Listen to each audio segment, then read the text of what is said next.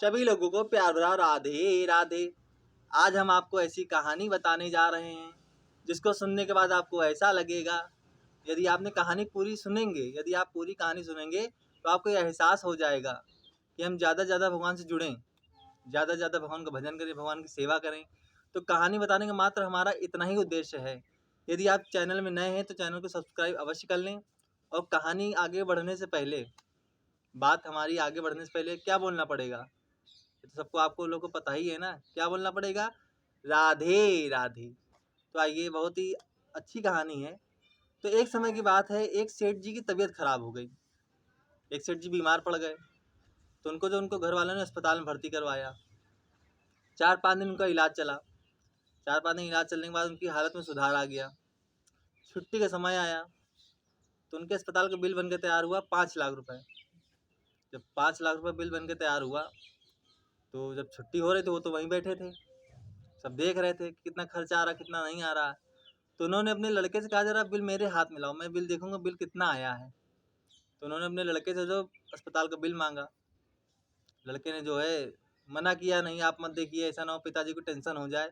मगर वो नहीं माने, उन्होंने जिद की, नहीं तुम हमको बिल दिखाओ, तुम बिल हमको ज़रूर दिखाओ। तो लड़के ने कहा चलिए ठीक है। लड़के ने दिखाया। डॉक्टर भी वहीं मौजूद थे। तो जैसे ही उन्होंने, सेठ जी ने जो है अस्पताल का बिल देखा तो उनकी आंखों में आंसू आ गए, वो रोने लगे। और जब वो रोने लगे तो डॉक्टर साहब ने सोचा ऐसा तो नहीं कि बिल ज़्यादा आ गया तो ये रो रहे हैं। तो उन्होंने कहा कि सेठ जी से कि आप परेशान मत होइए, मैं आपका बिल जो है थोड़ा कम कर दूंगा, डिस्काउंट कर दूंगा, इसमें थोड़ा छूट दे दूंगा। तो सेठ जी ने कहा, मैं बिल के लिए नहीं रो रहा हूँ, बिल आप 5 लाख क्या, आप 10 लाख भी बना देते, मैं 10 लाख का बिल भरता।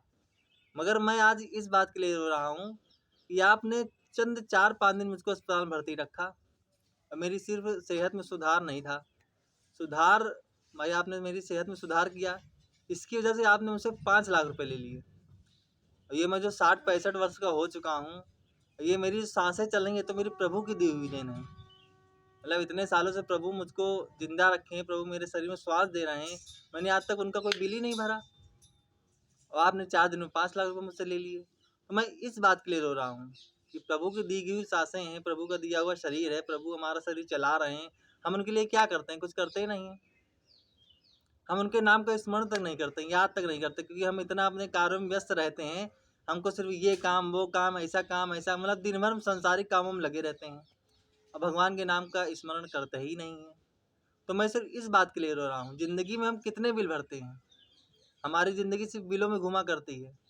आज बत्ती का बिल, कल बिजली का बिल, कल स्कूल की फ़ीस का बिल, कल मकान के किराए का बिल, अस्पताल का बिल, यहाँ का बिल, वहाँ का बिल, कितने बिल। हमारी ज़िंदगी जो है बिलों से ही घूमती हुई है।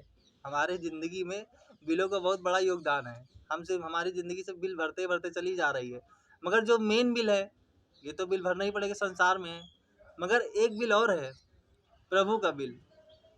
भाई हम कोई भी काम हुआ, हमने बिल भर दिया, बिल भरते कि नहीं भरते हैं। तो वैसे प्रभु का भी बिल होता है। प्रभु का बिल क्या, वहाँ आपको धन नहीं देना है, प्रभु के बिल भरने में आपको धन नहीं देना, आपको मन देना है। आप मन से भगवान को याद करें, मन से भगवान की सेवा करें और मन से भगवान के नाम का स्मरण करते रहें। यही करने से प्रभु जो है संतुष्ट हो जाएंगे। वो भी सोचेंगे हाँ, हमारा बच्चा हमको याद कर रहा है, यही हमारे लिए बहुत बड़ी बात है। धन की ज़रूरत यहाँ है, धन की ज़रूरत वहाँ नहीं, वहाँ सिर्फ मन की ज़रूरत है, सच्चे मन की। यदि आपने सच्चे मन से ईश्वर को पुकारा, ईश्वर अवश्य हमसे प्रसन्न होंगे। तो इसी के साथ संसारिक बिल भरते भरते भरते रहिए, उसमें तो कोई वो नहीं, संसार में रहेंगे बिल तो भरना ही पड़ेगा। मगर प्रभु का भी बिल भरें, प्रभु का ही दिया हुआ सब कुछ हमारे पास है। यदि हम प्रभु को याद नहीं करेंगे तो ये तो फिर बहुत गड़बड़ बात हो जाएगी भाई।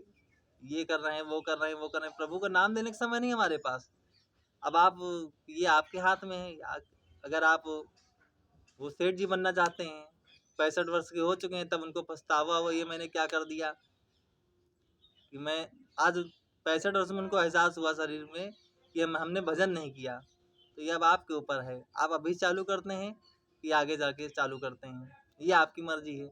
मेरी तो बताने की कोशिश यही है कि ज़्यादा से ज़्यादा लोग भजन से जुड़ें, भगवान को याद करें और उम्र मत देखें कि हम आगे करेंगे और अभी हमारी उम्र नहीं हुई है। भजन की कोई उम्र नहीं होती है, भगवान को याद करने की कोई उम्र नहीं होती है।